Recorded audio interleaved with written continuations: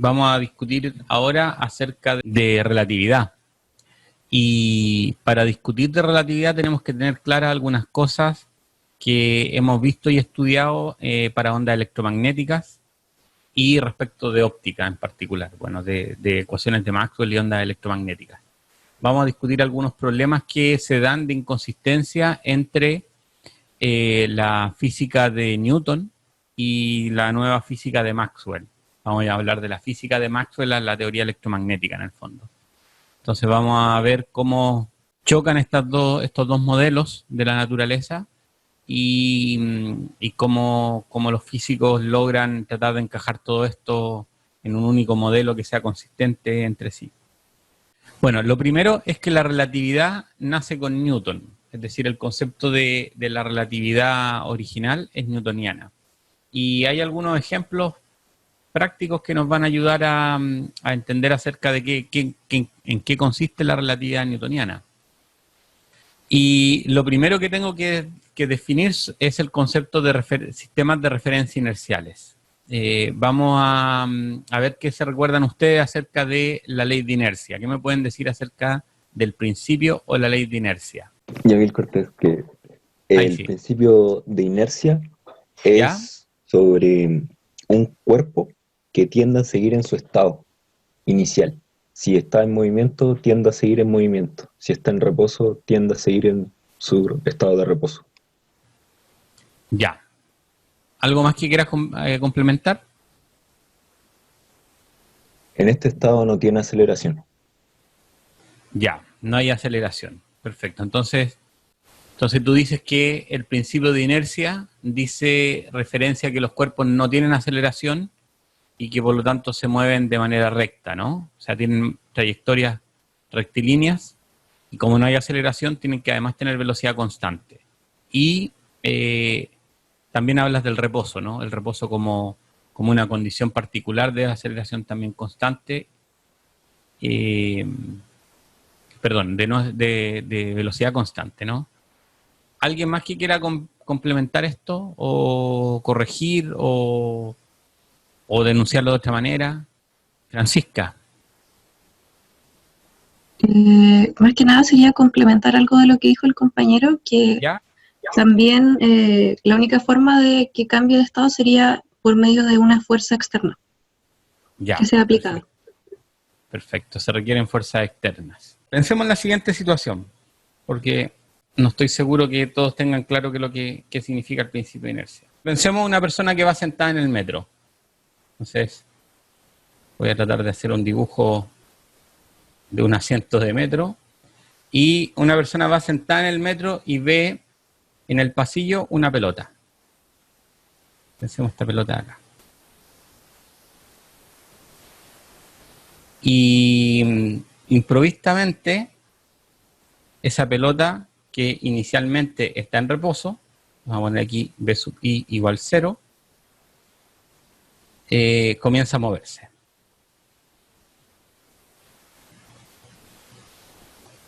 Voy a poner aquí a la persona, al observador.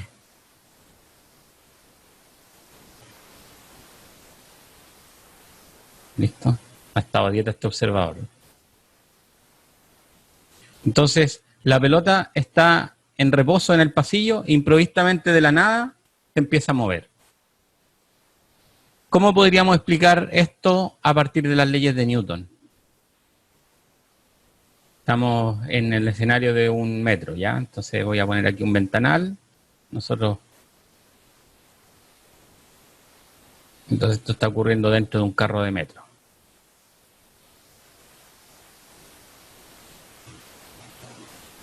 ¿Cómo podríamos explicar esto?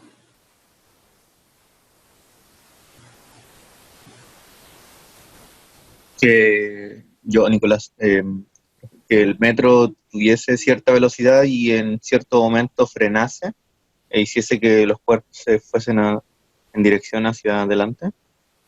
Ya, entonces tú dices que este objeto de acá tiene que haber frenado, ¿no? Eso es lo que tú dices, ¿no? Por eso se puso en movimiento este objeto. ¿Entendí bien? Sí, profe. Ya. Y bueno, si la velocidad inicial es 0 y la velocidad en otro instante, vamos a poner v de t distinto de 0, distinta de 0 también, entonces significa que hubo cambio de velocidad, ¿no? Delta v distinto de 0. Y si hubo cambio de velocidad, significa inevitablemente que hay una aceleración, ¿no? Y si hay una aceleración, ¿qué debiera haber? Una fuerza. ¿Con qué se vincula la aceleración? Con la fuerza. Ya, entonces debiera haber una fuerza neta.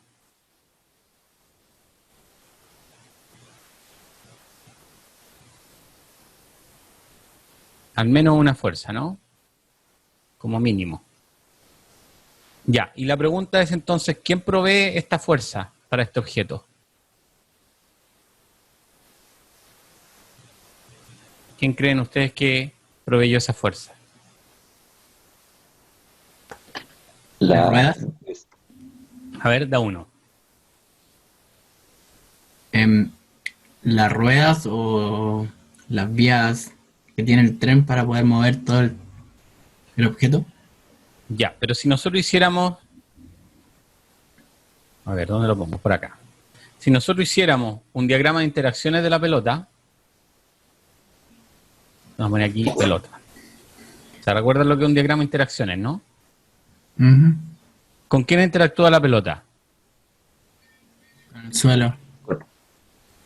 ¿Ya? ¿Con quién más? La gravedad. La gravedad no es un objeto, es una interacción. No dijo diagrama de interacciones. Claro, pero en el diagrama de interacciones lo que van en la burbuja no son las interacciones. Con la Tierra. La Tierra sería uno. Entonces Tierra, por acá vamos a poner suelo o piso. La silla. ¿La pelota tiene interacción con la silla? Me equivoqué. Perdón. Ya, ¿el piso y la tierra serían suficientes o faltan todavía? ¿Y el aire puede ser? ¿Perdón? ¿El aire puede ser? Ya, pudiera ser el aire, ¿no? Vamos a poner aquí aire.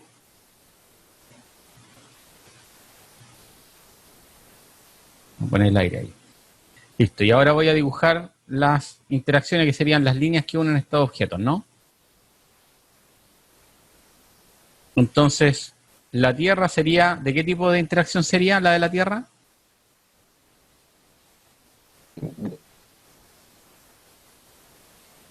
¿Qué tipo de interacción es la que produce el piso con la pelota, perdón? El piso con la pelota. De contacto. Ya. ¿Y el aire? También sería de contacto. También sería de contacto. ¿Y la Tierra? Sería una fuerza que interactúa, pero no está en contacto con la pelota. Ya. Entonces una fuerza de distancia. Entonces la dibujamos con esta línea segmentada. ¿Alguien que quiera modificar este diagrama de interacciones? Que diga que falta algo, que sobra algo, o que algo esté mal. Pregunta para ustedes. ¿En qué dirección va la fuerza que ejerce la Tierra sobre la pelota? Ya, me dice acá Fernando que va hacia el centro de la Tierra. ¿Quién más? ¿Quién iba a decir algo? Es vertical. Ya, es una fuerza vertical, ¿no? Hacia el centro de la Tierra significaría en este caso, consistente con lo que tú dices, vertical hacia abajo. ¿Alguien más? ¿Todos de acuerdo con eso? La interacción que tiene la pelota con el piso y con el aire, ¿en qué direcciones piensan ustedes que deberían ir y por qué? Hacia adentro de la pelota.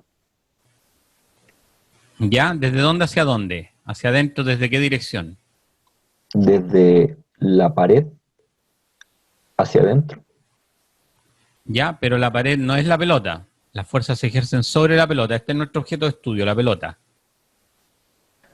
Entonces desde un punto que está fuera de la pelota hacia la pared de la pelota. Ya, a ver, vuélveme a repetir a ver si me lo imagino, de nuevo. Desde un punto que está fuera de la pelota hacia las ¿Ya? paredes de la pelota. por la presión que ejerce el aire. ¿Pero eso sería por todas partes de la pelota? Excepto en el contacto con el piso, y sí, sería en todas las partes. Ya. ¿Alguien más? Ya. Ignacio dice que iría en sentido contrario a la velocidad. ¿Cuál de las dos? ¿O las dos? Yamil decía, estaba hablando en el fondo de la presión atmosférica, ¿no? Entiendo que a eso te referías. Sí. La interacción con el aire en el sentido del peso que ejerce el aire o la columna de aire sobre la pelota. De acuerdo. Entonces esa sería una de las interacciones, ¿no? El peso de la columna de aire. Entonces sería esa fuerza iría también dirigida hacia abajo, ¿no? Ignacio, en cambio, dice que ambas van en sentido contrario a la velocidad. Entonces está hablando de otra interacción con el aire y con el piso. ¿Cuál sería, Ignacio, en particular acá? Ya, el efecto del roce. Entonces sería la fricción tanto con el aire y con el piso.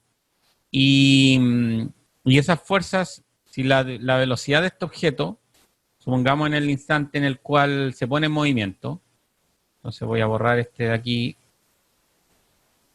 ya sabemos que inicialmente está en reposo, y ahora vamos a decir que la velocidad de este objeto, dado que salió volando hacia adelante, esa velocidad va hacia allá. Esto es la velocidad que tiene en un cierto instante el objeto desde que partió el reposo. ¿Listo? Estamos en esta situación, en la situación en la cual la velocidad es distinta de cero. Pero nos dice Ignacio que la fuerza de roce, hay dos fuerzas de roce, ¿no? La del aire y la del piso. Y esas deberían ir en la dirección contraria a la velocidad. Yo sé que se parecen porque puse el mismo color, pero estas de acá serían fuerzas. Serían dos fuerzas de roce. Una, la fuerza de roce, a esta le vamos a llamar 1, a esta le vamos a llamar 2. Porque aquí del aire ya habíamos visto que podríamos haber puesto otra fuerza, que es el peso de la columna de aire, ¿no?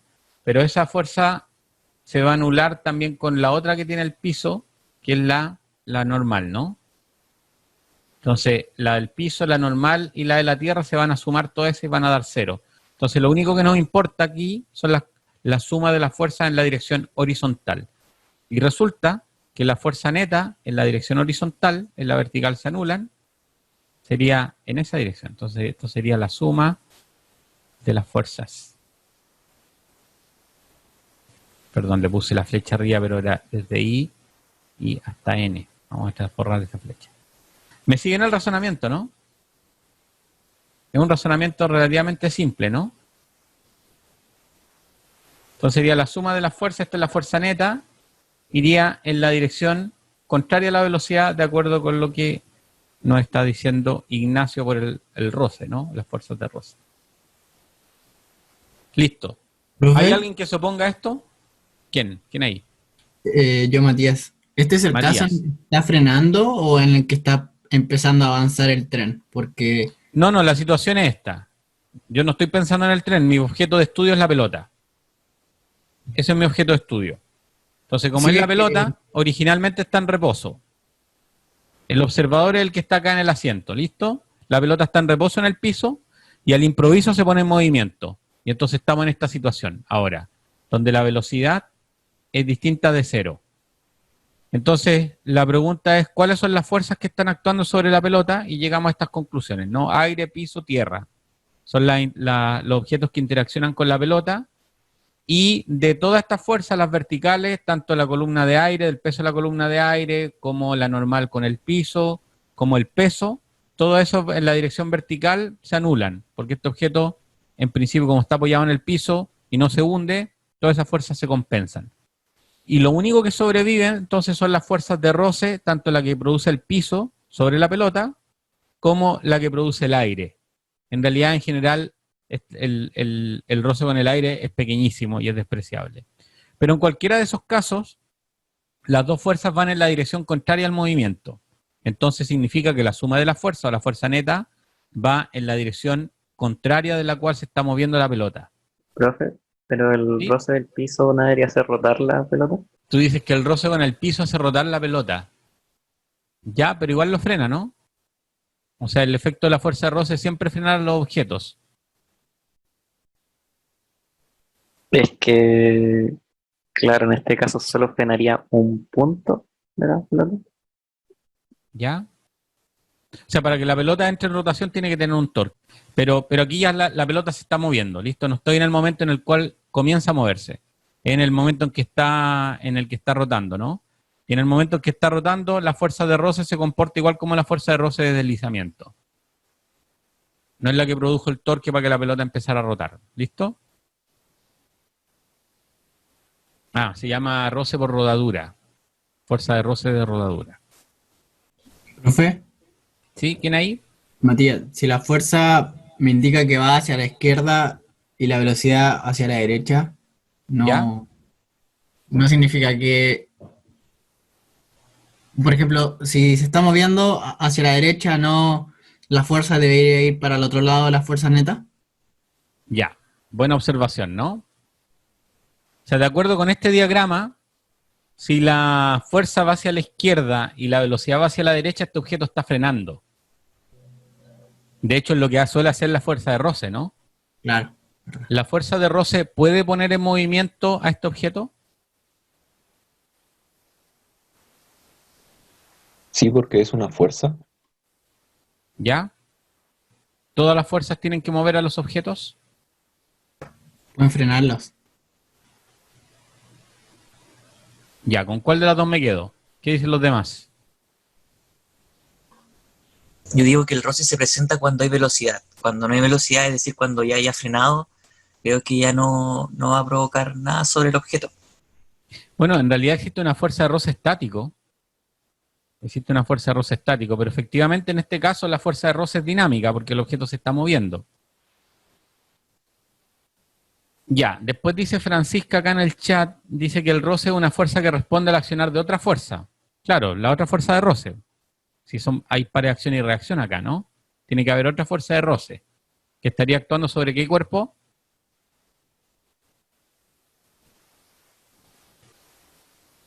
¿Un tren? Ya, bueno, el piso del tren, sí, efectivamente. Son pares de acción y reacción, así que efectivamente tiene que haber otra fuerza de roce, pero mi objeto de estudio no es el tren, es la pelota. Entonces, la pregunta es, ¿puede la fuerza de roce sacar a este objeto del reposo y ponerlo en movimiento? Esa es una pregunta para ustedes. Si es que el tren está... No, el objeto de estudio es la pelota. No, pero el tren está detenido y comienza a acelerar. No importa, mi objeto de estudio es la pelota, no el tren. Claro. Supón tú que yo voy dentro de un container y no tengo idea que voy en un tren. Mi objeto de estudio es la pelota. El piso haría que la pelota retrocediera, ¿no? ¿Tú dices por la fuerza de roce? Sí. No, la fuerza de roce nunca puede poner un movimiento en un objeto, porque si no nosotros veríamos moverse las cosas de nuestra casa, los refrigeradores, las mesas, los sillones, y eso no ocurre. Como mencionaba alguien recién, que ya no recuerdo quién fue que lo dijo, la fuerza de roce en este caso actúa solo cuando el objeto está en movimiento. Cuando el objeto está quieto, actúa otra fuerza de roce, que es la fuerza de roce estático. Y la fuerza de roce estático no puede poner un objeto en movimiento. Entonces la pregunta es, desde el punto de vista de la física que uno conoce, ¿qué fuerza es la que pone en movimiento a la pelota? De las que tenemos ya identificadas. Por favor, no vuelvan a mencionar el tren, porque el tren no es el objeto de estudio de este problema. Nuestro objeto de estudio es la pelota. El tren, toda la conexión que tenga con el tren tiene que ver con el piso. Es la única forma en que la pelota interactúa con el tren.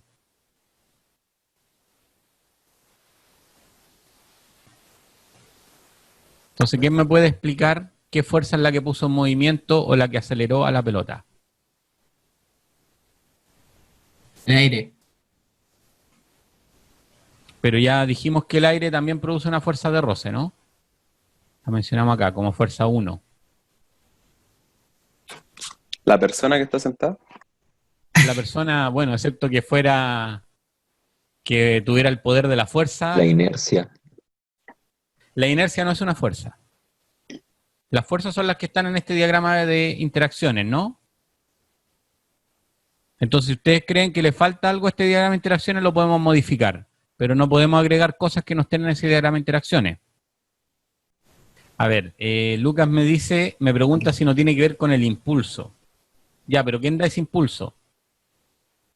Si hay un delta P, lo vamos a poner por acá, ¿no? El delta P, si no me equivoco, es proporcional o es igual al impulso, ¿no? Y el delta P está asociado con el delta V, ¿no? Delta V está asociado con el delta P. Se multiplican por la masa de la pelota y tenemos el delta P. Entonces, no responde eso a la pregunta, sino que lo que está dando cuenta es que alguien puso en movimiento esa pelota. La pregunta es ¿quién? ¿Qué objeto interacciona con la pelota para ponerle en movimiento? Alguien me iba a decir algo, ¿no? Yo es que estaba pensando, por ejemplo, si es que hay una mosca que está volando y ¿Ya? el tren se está moviendo y frena, la mosca no va a frenar porque yo creo que como que no tiene interacción con el tren, sino que para que un objeto se pueda mover, el otro objeto tiene que mover a la pelota. No sé si me explico. Claro, pero aquí acabamos de discutir que la interacción que tiene la pelota con el tren es a través del piso. Y las interacciones que tiene con el piso son fuerzas de contacto, por lo tanto son normales y fuerzas de roce. Me dice acá Fernando, esa pelota ya llevaba un movimiento y el tren al frenar hace que percibamos el movimiento ya que llevaba la pelota.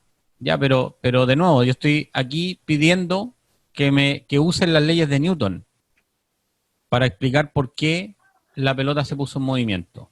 ¿Profe? Una ¿Sí? pregunta. ¿Quién ahí? Entonces, Yamil, Yamil. tengo una idea de quién en qué mueve la pelota. Entonces, esta pelota también está interactuando con el sistema del tren. ¿Ya? ¿Y cuál sería para ti el sistema del tren? ¿A qué le llaman sistema del tren? Le llamo sistema del tren a la velocidad inicial que lleva el tren. Pero la velocidad inicial no es una interacción, ni es un objeto. El objeto tren se conecta con la pelota a través del piso. Esa es la forma de interaccionar que tiene con el tren. No hay otra forma de que se conecte con el piso que no sea, con el tren que no sea a través del piso. La velocidad no es una interacción. Aquí lo único que estoy pidiendo es que apliquemos la segunda ley de Newton, nada más que eso. Entonces, estamos de acuerdo con que el objeto acelera, ¿no? Hasta ahí creo que estábamos todos de acuerdo, ¿no? ¿O hay alguien que dice que este objeto no acelera?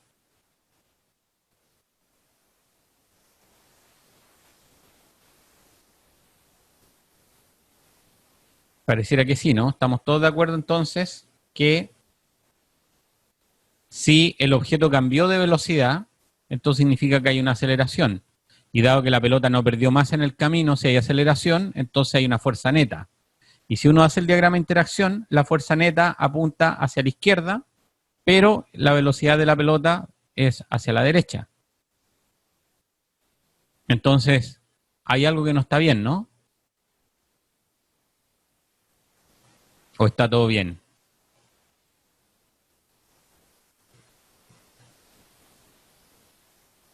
Profe, en el chat habían dicho que las fuerzas roce deberían ir para el otro lado.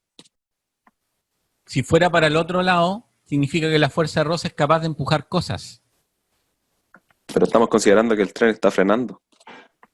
No he dicho que el tren está frenando. Lo único que he dicho es que la pelota estaba en reposo y ahora se puso en movimiento hacia adelante. Esa es toda la situación.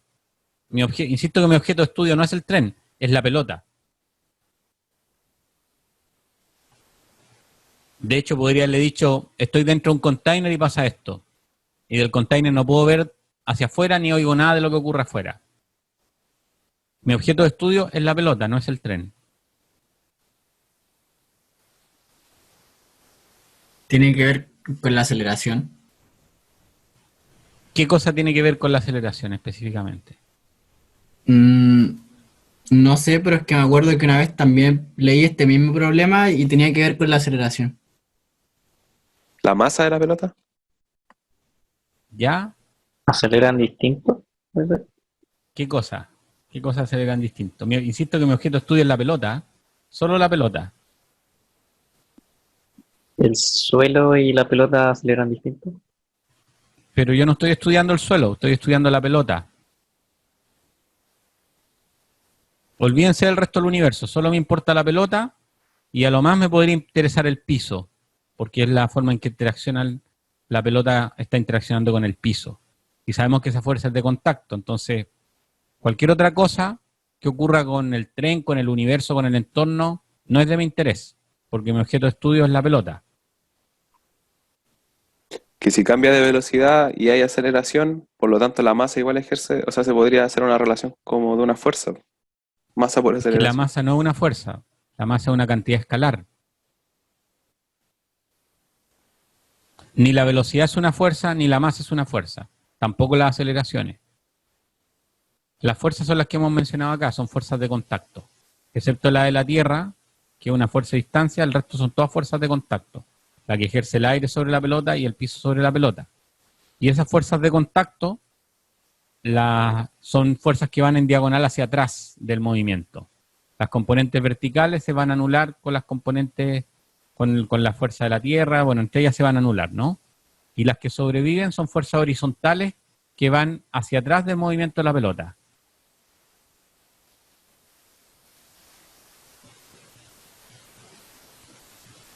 Insisto que aquí estoy solamente pidiendo que se apliquen las leyes de Newton, nada más. Nada más que eso.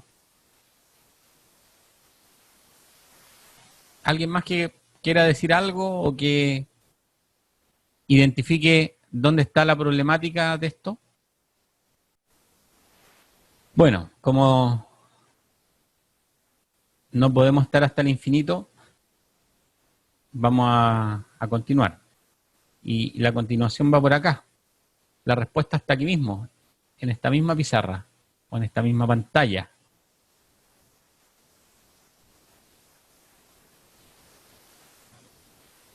Y es que la ley de inercia no solamente define el estado natural de movimiento, como lo mencionaron muy bien algunos de ustedes, sino que además indica cuándo son válidas las otras dos leyes. ¿De acuerdo? O sea, la ley de inercia no solamente es la que nos establece el estado natural de movimiento de los objetos, sino que además nos dice cuándo, en qué contexto son válidas las otras dos leyes de Newton. Y aquí, en este escenario, la segunda ley de Newton no es válida.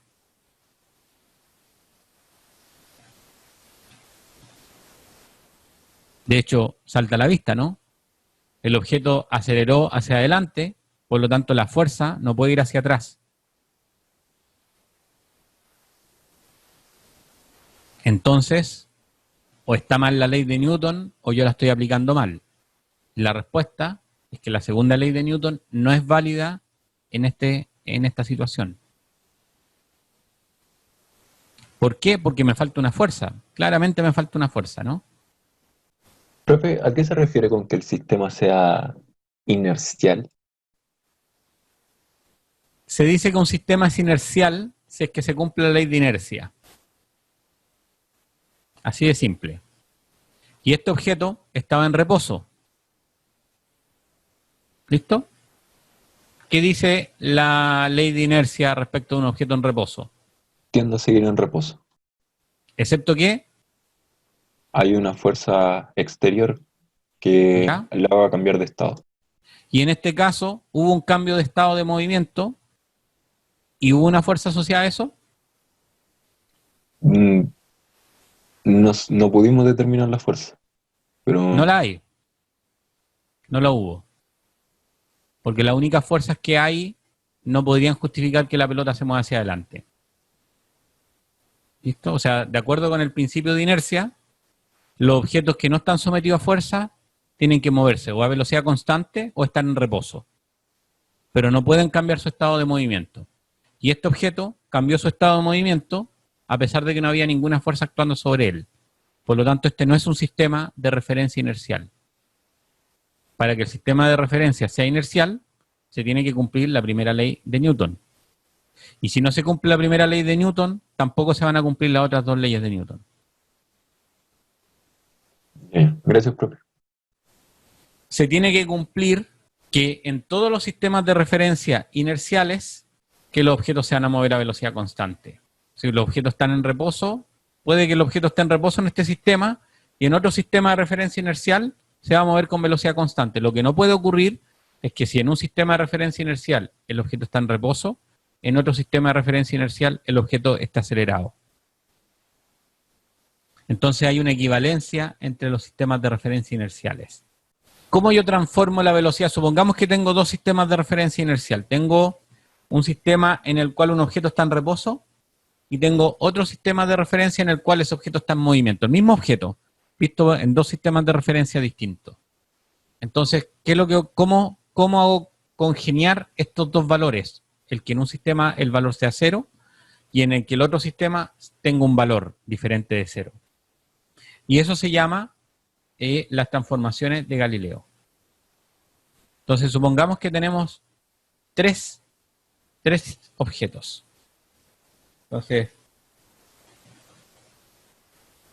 Entonces, esto de aquí va a ser la velocidad de A medida por B. Ahí sí, la velocidad de A medida por B. Y esto de acá, ya me dirán ustedes qué es lo que es, ¿no? ¿Qué es lo que será esa de ahí?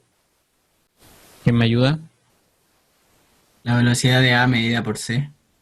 Efectivamente, la velocidad de A, pero esta vez medida por C. Vamos a aquí, C. Y esto de acá está claro ya que lo que es, ¿no? Esta es la velocidad de B respecto de C.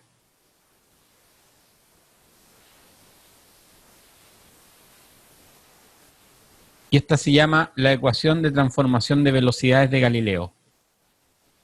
Supongan, por ejemplo, que A es una pelota.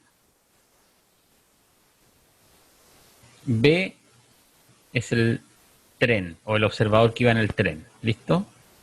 Y C es la estación. La pelota, el tren y la estación. ¿Cuál estación? La estación de tren, ¿de acuerdo? Entonces aquí sería la velocidad de la pelota medida en el tren o por un observador en el tren. Acá sería la velocidad de la pelota medida respecto de la estación. Y esta aquí sería la velocidad del tren respecto de la estación. Bueno. Entonces se llama las ecuaciones de transformaciones de velocidades de Galileo. Veamos cómo funciona esto. Consideremos la siguiente situación. Tengo un carro. Sobre ese carro hay una persona que tiene de alguna manera una pistola o algo así que lanza una bala. Una bala.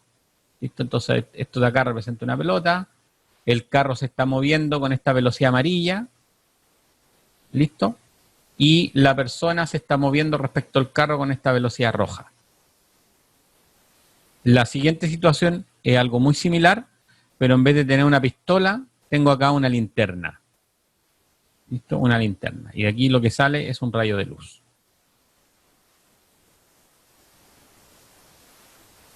Entonces la pregunta que uno se puede hacer acá es,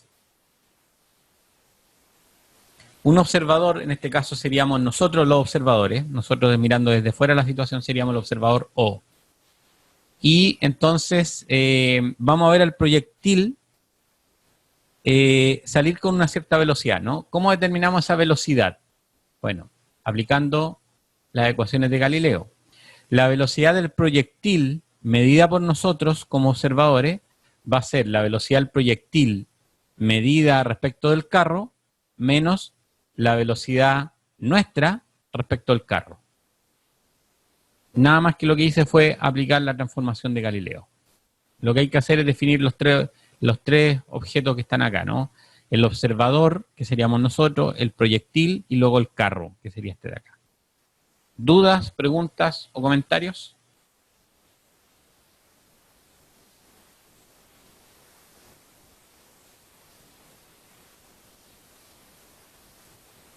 Bueno, entonces, de acuerdo con estas ecuaciones, ¿a qué velocidad deberíamos ver nosotros salir el rayo de luz?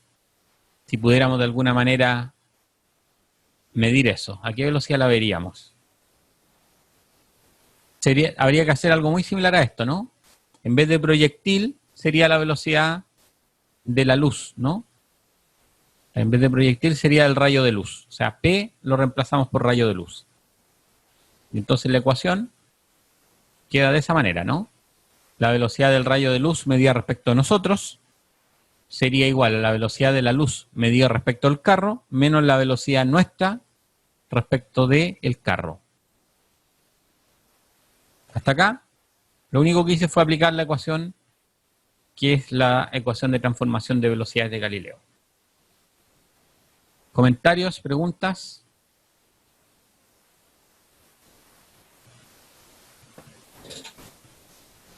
Ya, pregunta para usted entonces. De acuerdo con las ecuaciones de Maxwell, ¿de qué depende la rapidez de la luz? Del medio. ¿Ya? ¿De qué manera? ¿De qué manera depende del medio?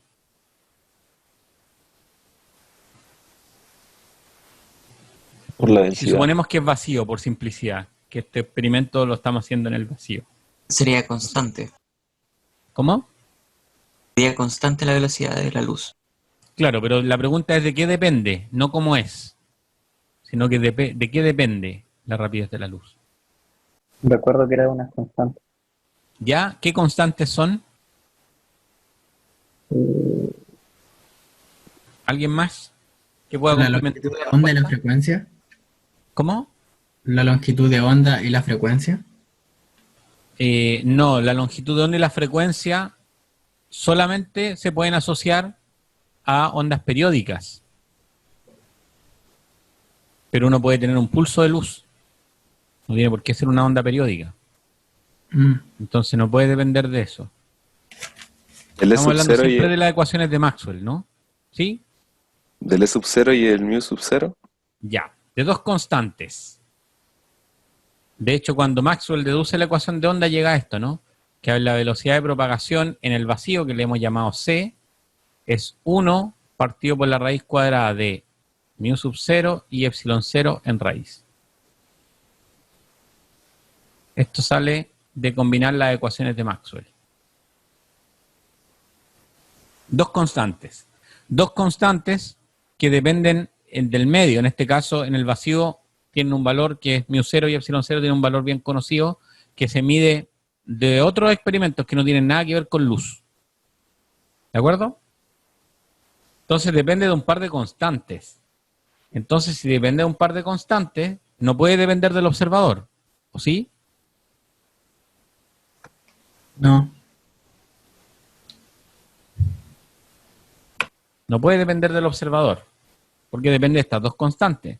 Entonces, el rayo de luz sale a C. Es decir, esto de acá debiera ser C.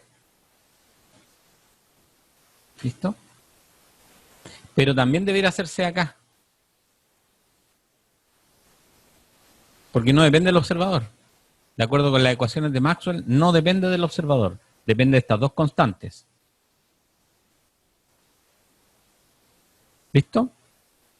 Ahora, esto obviamente que genera un conflicto, ¿no? Porque esto de aquí es distinto de 0. Esto de aquí es distinto de 0. Entonces, si es distinto de 0, no puede haber, esto no puede ser igual a C. Voy aquí a cambiar el color. Entonces, no puede ser, ¿no? No puede ser que sea igual a C, porque esto de acá es distinto de 0. Entonces, esto de acá tiene que ser menor que C. Esto es simplemente aplicando las transformaciones de Galileo, ¿no? Entonces, la rapidez de propagación no puede depender del movimiento relativo que estamos observando ahora.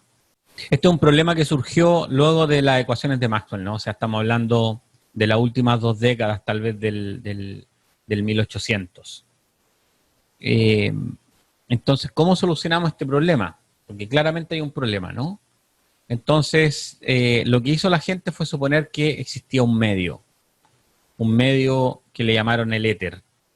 Y ese medio tenía una serie de propiedades absurdas que permitía que observáramos finalmente que la velocidad de la luz era c, ¿no? O sea, que pudiera salvar esta situación. Ahora, por otra parte, Hermann Lorentz encontró que el problema lo dio vuelta en realidad. Es, bueno, si las ecuaciones de Maxwell de alguna forma no obedecen a las transformaciones de Galileo, ¿qué transformaciones deberían obedecer? Esa es una pregunta que es una cuestión netamente matemática.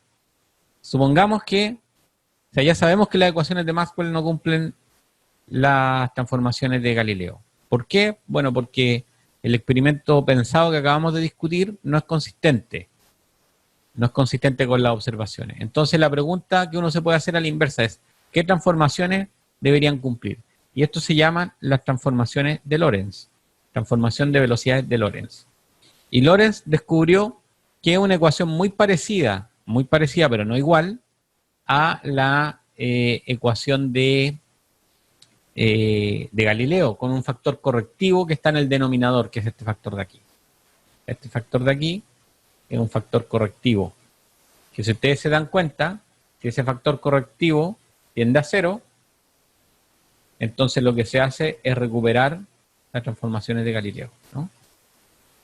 O sea que si el producto de estas dos velocidades, de la velocidad de A respecto de C, multiplicado por la velocidad de B respecto de C, es muchísimo menor que C cuadrado, entonces vamos a estar en el ámbito de las ecuaciones de Galileo.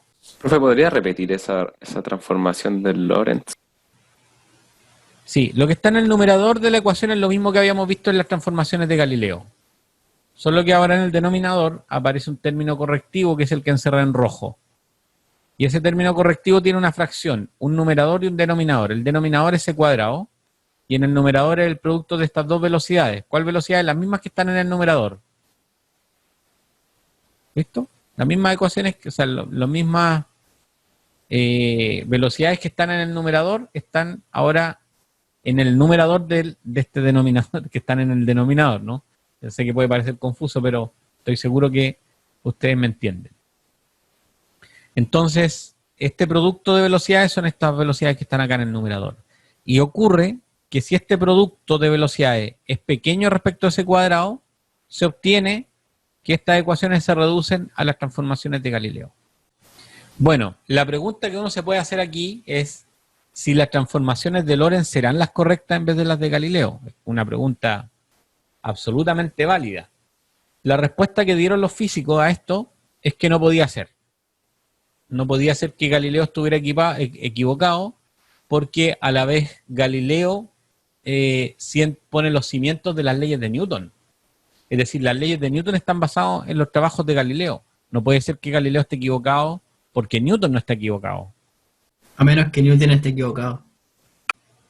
Claro, pero no hay ninguna razón por la cual los físicos quieran creer eso. ¿Listo? En esta época, y es para que ustedes lo tengan en consideración, los físicos se comportan como si la ciencia fuera una religión. ¿Listo? Y Newton es un profeta. Esa es la equivalencia. Y Newton no puede estar equivocado porque Newton es Newton. O sea, con las leyes de Newton se descubrieron planetas, se entendió cómo funcionaba el sistema solar, se entendió cómo funcionaba la gravedad. Las ecuaciones de Maxwell y las transformaciones de Galileo entonces tienen un divorcio horrible, ¿no? O sea, de hecho ni siquiera divorcio, no alcanzan ni siquiera a casarse. ¿Por qué? Porque las ecuaciones del electromagnetismo no obedecen a las transformaciones de Galileo. O sea, en dos sistemas inerciales que tienen movimiento relativo entre sí, las ecuaciones de Maxwell no mantienen su forma. Y esa es una condición bien fundamental, es decir, que si lo voy a plantear con las ecuaciones de Newton, pero tiene que ser lo mismo con las ecuaciones de Maxwell. si en un sistema de referencia inercial la suma de las fuerzas es igual a masa por aceleración, en otro sistema inercial la suma de las fuerzas también tiene que ser igual a masa por aceleración. Eso significa que las ecuaciones mantengan su forma. Ahora, si en un sistema de referencia inercial la suma de las fuerzas es masa por aceleración, y en otro sistema de referencia inercial la suma de las fuerzas es masa por aceleración más otra cosa, entonces no están manteniendo su forma. Y es lo que ocurre con las ecuaciones del electromagnetismo. Las ecuaciones del electromagnetismo no mantienen su forma ante las transformaciones de Galileo. Cuando uno aplica las transformaciones y convierte las velocidades en un lado y las mete en otro, las ecuaciones cambian de forma. Y eso evidentemente que es un problema. El punto es que la física de Newton no evidenciaba tener ningún problema, gozaba de bastante buena salud en realidad. Y tenía aparte como 200 años de observaciones y de éxito y de triunfos de predicciones teóricas que fueron corroboradas experimentalmente. Entonces no hay ninguna razón, ninguna, para creer que la física de Newton tiene problemas. Pero en cambio las ecuaciones de Maxwell habían sido planteadas solo 20 años antes. Entonces pudiera ser que en realidad fueran las ecuaciones de Maxwell el problema. Es lo más sensato de pensar y de creer. Ahora, el punto es que las ecuaciones de Maxwell también provienen de observaciones empíricas, ¿no? O sea, lo discutimos hace una semana atrás, ¿no? Cuando hablamos de los experimentos de Oster, de los experimentos de Faraday. O sea, incluso la ley de Coulomb está basada en experimentos. Entonces, el electromagnetismo también está basado en experimentos. Y de hecho, las predicciones que hacen las ecuaciones de de las ecuaciones de Maxwell. Maxwell en particular predice las ondas electromagnéticas, y las ondas electromagnéticas no solamente son observadas, sino que son generadas por Hertz con algunos experimentos posteriores. Por lo tanto, no es solamente la física de Newton la que tiene un soporte experimental, sino que también las ecuaciones de Maxwell. Ahora, la diferencia es que Maxwell es un recién llegado en el ámbito de la física, con toda la genialidad que pueda tener el personaje de Maxwell. Respecto de Newton, la verdad que si empezamos a mirar currículum, nos quedamos con Newton. Y eso es lo que hicieron todos los físicos de la época, sin excepción. Entonces, lo que se cree por correcto son las ecuaciones de Newton. Y, por lo tanto, las transformaciones de Galileo. O sea, Newton y Galileo no pueden estar equivocados. Y eso significa que lo que se debe corregir son las ecuaciones de Maxwell. Y de aquí los físicos entran en un periodo en el cual tratan de arreglar las ecuaciones de Maxwell. Cada modificación que se haga en las ecuaciones de Maxwell predice un fenómeno que después, cuando se iba a observar experimentalmente, el fenómeno no ocurría. Y esto ocurrió muchísimas veces. Entonces, ¿dónde está el problema, no? Esa es la pregunta que uno debería hacerse. ¿Dónde está el problema? Considerar a Newton como un profeta. ¿Cómo? El problema está en considerar que todo lo que dice Newton es correcto. Bueno, claro, pero nosotros estamos hablando 140, 130 años después de esto, ¿no? Como dice la frase, es fácil ser general después de la guerra, ¿no? La pregunta es, ¿quién va a ser el físico de la época que va a desentramar este problema? Porque es un problema, claramente es un problema, ¿no? La física tiene que ser consistente consigo misma, ¿no? No puede ser que la física del electromagnetismo no sea consistente con la física de Newton. No puede ser. Hay un famoso experimento que uno lo menciona por razones históricas, que es un experimento en el cual se quiso medir la velocidad de la luz respecto del éter. Y es un experimento astronómico, porque sin entrar en los detalles del éter, después ustedes lo pueden mirar en los apuntes que les dejé. Ocurre que como la Tierra se mueve respecto del Sol, entonces si el éter está en reposo, la Tierra cuando se mueve a través del éter, siente como una brisa, un viento de éter. ¿Listo? Y ese viento de éter se podría medir el cambio de la velocidad de la luz cuando la Tierra se mueve en una dirección versus la otra. Y eso se puede medir a través de un interferómetro. Si cambia el camino óptico de la luz cuando la Tierra se mueve, el camino óptico cambia, entonces deberían aparecer patrones de interferencia bajo ciertas condiciones bien específicas, alineando bien el interferómetro, entonces podría medir. Y Michelson, que era un físico ya bien conocido porque había diseñado otro interferómetro, es decir, era su área de expertise, diseñó un experimento que se llama el experimento Michelson, en el cual el dispositivo se ponía una fuente luminosa, se lanzaba el rayo de luz que pasaba por un divisor de haz, al llegar acá en un espejo se reflejaba, se devuelve, nuevamente al llegar aquí se divide, una va para allá, el otro para acá. Aquí hay otra lente que lo que hace es mover el camino óptico para compensar, porque aquí se devuelve nuevamente el rayo de luz en este otro espejo y aquí hay un observador. Entonces, ¿qué es lo que observa este telescopio, este visor? La luz que fue reflejada en el primer espejo y que rebota acá, o que se refleja aquí, ¿no? Es decir, la luz que hace este camino va hacia allá y luego vuelve, pero hace este giro hacia acá. ¿Listo? Esa es la luz que se está observando versus la luz que pasó al lado de acá y viene en esta otra dirección. Entonces, hay dos ondas ahí, ¿no? Que están llegando al visor. Por lo menos dos, en realidad pueden ser más de dos. Y entonces lo que vamos a hacer es ver la interferencia de estas dos. Bueno, lo interesante de este experimento, y que se repitió por aproximadamente unas 4 o 5 décadas, constantemente, porque siempre se alegaba que el experimento no estaba bien hecho, que faltaba algo, que había algo que no se había tenido en consideración, el resultado fue siempre el mismo. Y es que no se pudo detectar el movimiento de la Tierra respecto del éter. El éter era este medio que habían inventado para justificar este problema que había con la luz y las transformaciones de Galileo. Bueno, eso nos lleva entonces a lo que se suele denominar la relatividad restringida, a veces se le llama la relatividad especial, y que es una teoría, una nueva teoría, que lo que va a venir a hacer es como cuando uno tiene un problema con el software y el fabricante saca un parche, supongo que conocen este lenguaje, ¿no? Y uno instala el parche para que se solucione el problema que tiene el software, ¿no? O sea, la relatividad es algo así como una teoría que viene a parchar la teoría de Newton. ¿Listo?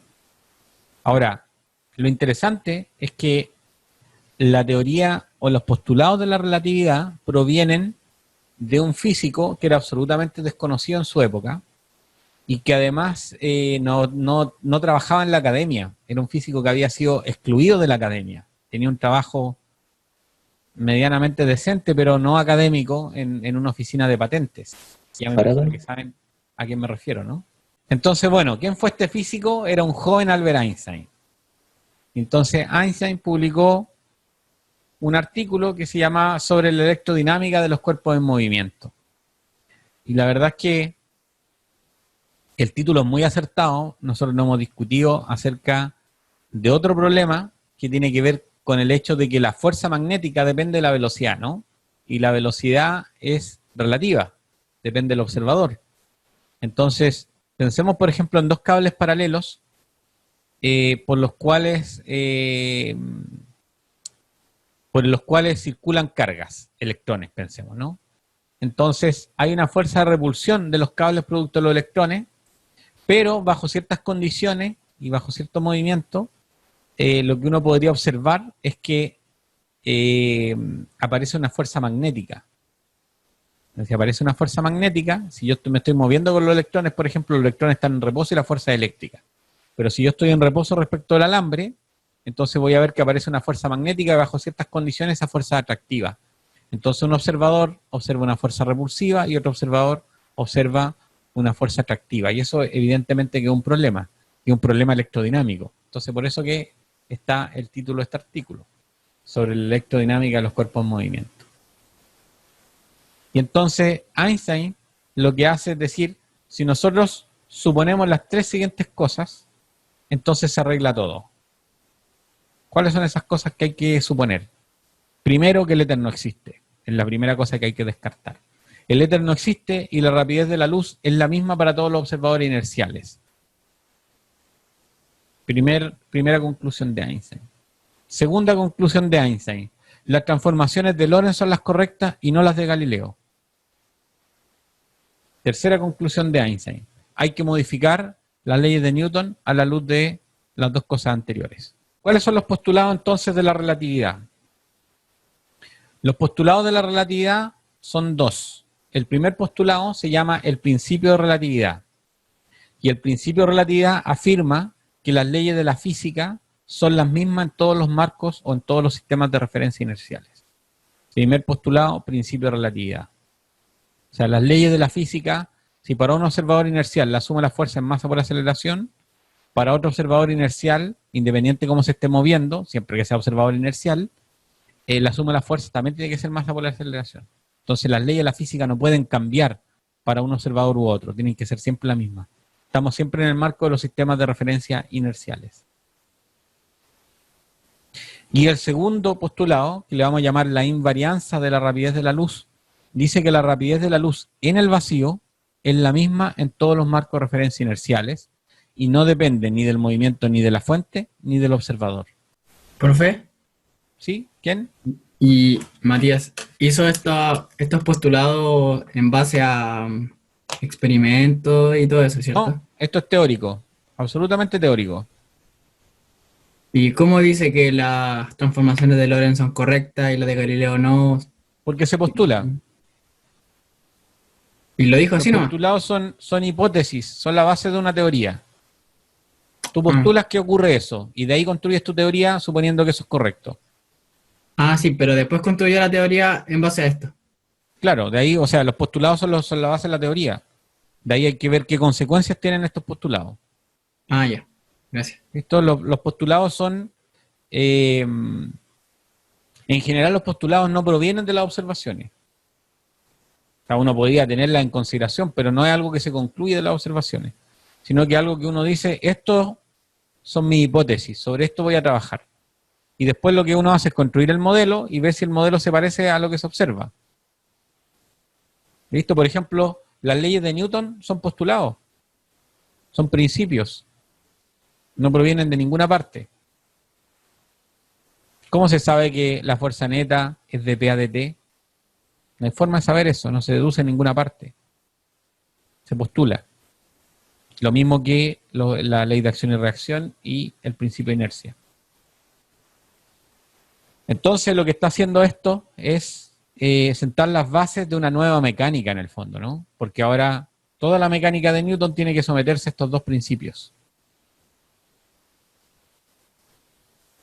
Bueno, consecuencias de los postulados.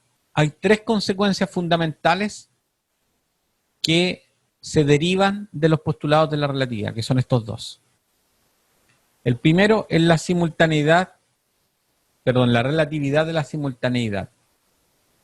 ¿Qué significa que algo sea simultáneo? Que dos eventos los voy a observar que ocurren en el mismo instante. Desde mi ubicación, los dos eventos ocurren en el mismo instante. Son dos eventos que ocurren en lugares diferentes. ¿Listo? Entonces pensemos acá que se enciende una ampolleta. Ese es mi evento. El evento es el encendido de la ampolleta. Entonces, al encenderse la ampolleta, hay un rayo de luz que sale, o rayos de luz salen de la ampolleta. Vamos a dar por aquí. Eventos. Tienen que acostumbrarse ahora a esta palabra, eventos, porque es algo que hay que definir. Entonces, el primer evento es la emisión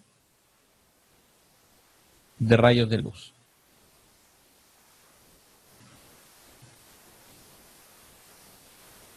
Entonces se enciende la ampolleta y se emiten rayos. Los rayos se propagan por el aire hasta impactar la pared anterior y posterior. Hasta impactar la pared anterior y posterior. Si suponemos, el supuesto aquí es que la ampolleta está justo en la mitad del tren, es decir, la ubicación de esta ampolleta es justo en la mitad del tren. Entonces las paredes son equidistantes. Entonces, si son equidistantes para este observador, el siguiente evento, que es los rayos de luz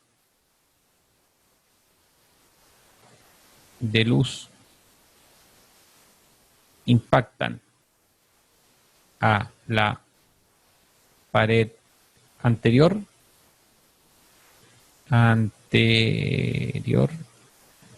y los rayos de luz impactan a la pared posterior. Listo, 3 eventos. La emisión de rayos de luz, los rayos de luz impactan a la pared anterior, los rayos de luz impactan, esto obviamente en sentido metafórico, ¿no? Es por decir que llegan, no lo vayan a pensar literalmente, ¿no? Impactan a la pared posterior. Ahora, para el observador que está en el tren, el evento 2 y 3 son simultáneos.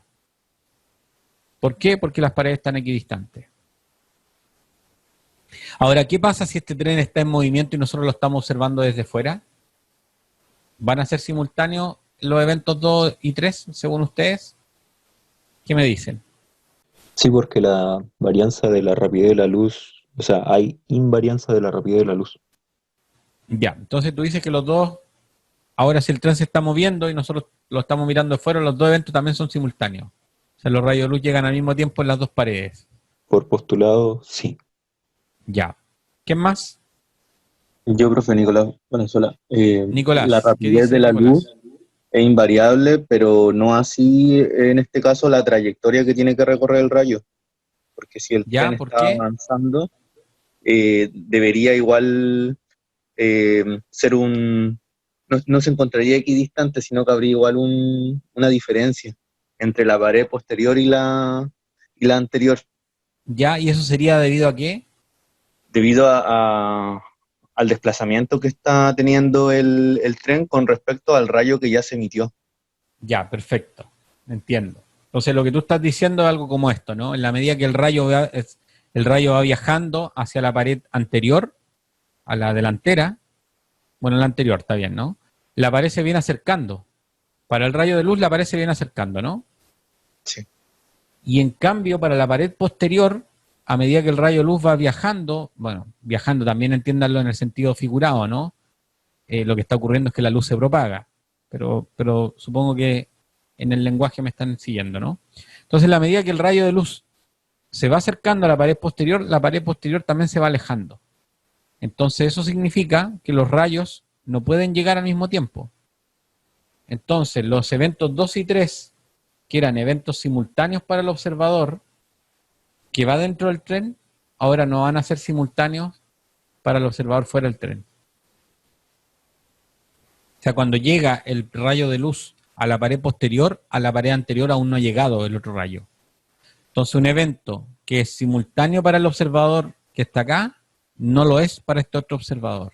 Entonces, ¿qué significa esto? Significa que la simultaneidad es relativa. Primera consecuencia de la relatividad. ¿Qué postulado se usó acá? Fernando me pone acá en el chat C igual para todos los observadores. Efectivamente. Invarianza de la rapidez de la luz. Efectivamente, la invariancia de la rapidez de la luz. Eso es. Entonces, eso es como consecuencia de eso, aparece que ahora dos eventos que son simultáneos para un observador no tienen por qué serlo para otro observador. Hay otra consecuencia que se llama la dilatación del tiempo. Y para eso vamos a construir en un laboratorio, este laboratorio que está aquí, vamos a construir un reloj de luz. ¿Cómo funciona este reloj de luz? El tic-tac es un rayo que se emite de una fuente lumínica que está en el piso, se emite el rayo, viaja, llega a un espejo que está en este caso en el techo, el rayo de luz se devuelve producto de la reflexión y cuando el rayo de luz impacta un detector, este detector activa un nuevo rayo de luz. Y ese sería el tic-tac de este reloj. ¿Listo? Tic-tac. El ir y volver del rayo de luz sería el tic-tac. Entonces hemos construido un reloj de luz. Y dado que la rapidez de la luz es constante, entonces el ir y volver del rayo de luz es siempre el mismo si es que los espejos se mantienen a la misma distancia siempre. Y nos vamos a preocupar de eso. ¿Listo? Entonces delta t, este delta t que está aquí, representa el intervalo de tiempo entre que va y vuelve el rayo de luz. Es decir, sería el tic-tac de este reloj, delta t, que está aquí. Ahora, este laboratorio donde se construyó este reloj de luz, lo ponen dentro de un avión y ese avión ahora se pone en movimiento. y se pone en movimiento en sentido horizontal, de manera que el rayo de luz, dado que hay un movimiento horizontal, entonces el rayo de luz tiene una componente horizontal y una vertical. La componente vertical es simplemente el desplazamiento c por el delta t que teníamos antes. ¿Sí? Porque esta distancia no cambió, ¿no? Entonces, como no cambió, c por delta t corresponde a esta misma distancia que está aquí, que sería esa distancia de ahí. No cambió, c por delta t. Y ese delta t es el mismo delta t de acá, ¿no? Entonces, ahora para nosotros, que estamos viendo esto desde fuera de tierra, el rayo de luz sigue esta trayectoria. Desde aquí, desde la placa inferior, hasta que llega a la placa superior, y después vuelve. Entonces por acá va a volver al detector. Entonces sería el tic-tac del reloj. Y claramente, esta distancia, c por delta t del observador, es mayor que esta distancia. O sea que c por delta t del observador, que seríamos nosotros, es mayor a c por delta t de la nave, del reloj que está en la nave, ¿no? Entonces cumple esto. Hasta aquí estamos, ¿no? Profe, yo tengo una pregunta. ¿Sí? En la primera consecuencia, simultaneidad relativa. ¿Ya? ¿Qué era relativo? La simultaneidad. Eso es relativo. Ya, pero la velocidad de la luz siempre va a ser constante. De acuerdo con el postulado, sí. Con el segundo postulado. Ya. Eso no cambia. No puede cambiar porque si no estaría malo el modelo. Ya. Ahora, esa rapidez es en el vacío, ¿no? Pues ya sabemos que si la luz entra a un medio, sabemos lo que pasa cuando la luz entra a un medio, ¿no? Sí, cambia la velocidad. Cambia de rapidez. Cambia de rapidez. Entonces significa que para un observador, para nosotros como observador que estamos viendo este reloj que está en esta nave, voy a cambiar mi puntero para que lo vean mejor, para el reloj que está ahora en esta nave en movimiento, el tiempo está transcurriendo más lento. ¿Por qué? Porque este delta t, el c por delta t es mayor, la distancia que recorre el rayo de luz es mayor, por lo tanto su delta t es mayor cuando está en reposo, en el laboratorio en reposo, que cuando está en el laboratorio en esta forma de movimiento. ¿Puede repetir eso, profesor? ¿Qué cosa? ¿Qué cosa específicamente? Lo último que dijo. Ya, pero no me acuerdo qué fue lo último que dije. A ver, ayúdame con la memoria. ¿Qué es lo que tengo que repetir? La diferencia entre medir el tiempo con una situación en reposo versus el avión avanzando. Ya, perfecto. Construí o diseñé un reloj de luz, donde el tic-tac de ese reloj es el ir y volver de un rayo. ¿Listo? En esa parte estamos, ¿no? Sí, un poquito más adelante. Ya. Entonces, como la distancia es constante, es decir, me preocupo que las dos, el espejo y el detector no cambien de posición relativa, entonces C por delta T es la distancia que recorre el rayo de luz. ¿Estamos hasta ahí, no? Sí. Ahora, cuando ese reloj lo pongo en movimiento, que sería esta situación que está descrita al lado derecho, entonces ocurre que ahora que sigo observando el mismo experimento, el tic-tac, el rayo de luz recorre ahora esta diagonal, y luego esta otra hasta volver. Es decir, el tic-tac ahora va a ser 2 veces esa diagonal. Antes el tic era de aquí hasta arriba, era C por delta T, y ahora en este el tic, que sería de aquí hasta acá, sería C por delta T que estamos observando nosotros. Esta diagonal. ¿Listo? Y ese largo, C por delta T, es una distancia, porque C es velocidad y delta T es tiempo, una distancia. Esta distancia es mayor que esta, porque esto es una diagonal. ¿Profe? Una pregunta. Sí, claro. ¿Esta dilatación del tiempo es la que explica la teoría de los gemelos? Vamos hacia allá. Primero hay que entender esto para ver si logran entender lo otro. Por eso el tiempo corre más lento a medida que la nave espacial avanza. Entonces, en una ida y vuelta, el tiempo pasa más lento que si es que me hubiera Claro, quedado pero primero entendamos esto de la dilatación del tiempo y luego vemos por qué al revés el proceso. Primero hay que entender la dilatación del tiempo y luego uno lo pone a prueba con eso. Antes de eso, porque de hecho es una paradoja, no es una teoría, es una paradoja. Ya, entonces hasta acá estamos, ¿no? O sea que todos me siguen que en este reloj, yo estoy viendo ahora que el tiempo transcurre más lento en el reloj cuando se está moviendo que cuando está en reposo, ¿no? ¿Sí? ¿Quién? Y eso, Nicolás, Nicolás, dime. eso se produce porque la velocidad es constante, ¿cierto? Porque la distancia aumentó. ¿Cuál velocidad? La velocidad de la luz, perdón. ¿De quién, perdón? De la luz. Claro, es la rapidez en realidad de la luz. La rapidez de la luz es constante, sí. Entonces, Es una constante y no depende de nosotros, ni del observador, ni de cómo se esté moviendo. De aquí, si aplican el teorema de Pitágoras, pueden encontrar una relación entre ese delta t y el delta t que está acá. Es fácil de encontrar. Es aplicar teorema de Pitágoras y así uno llega a la relación entre los dos relojes. Ahora,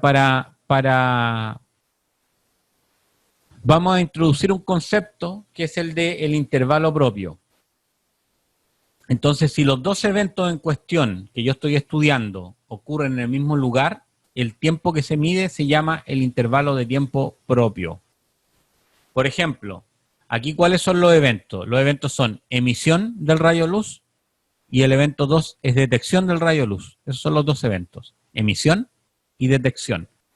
Para el observador en el cual esos dos eventos ocurren en el mismo lugar, entonces ese observador mide lo que se llama el intervalo de tiempo propio, denotado aquí con esta delta t sub p, intervalo de tiempo propio. ¿Listo? Entonces, de todos los observadores que existen, el que mide el intervalo de tiempo propio es el que mide siempre el menor de los intervalos. ¿Sería el del que busque profe TN, tiempo de la nave? Exactamente. En este caso sería el que mide, o sea, el observador que mide esto en reposo. Listo, aquí el avión podría estarse moviendo, pero si este observador está adentro, mide este experimento en reposo.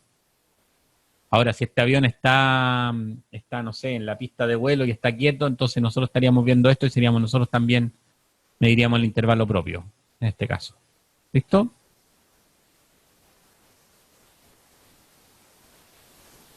Entonces lo importante es que estos dos fenómenos ocurran en el mismo lugar.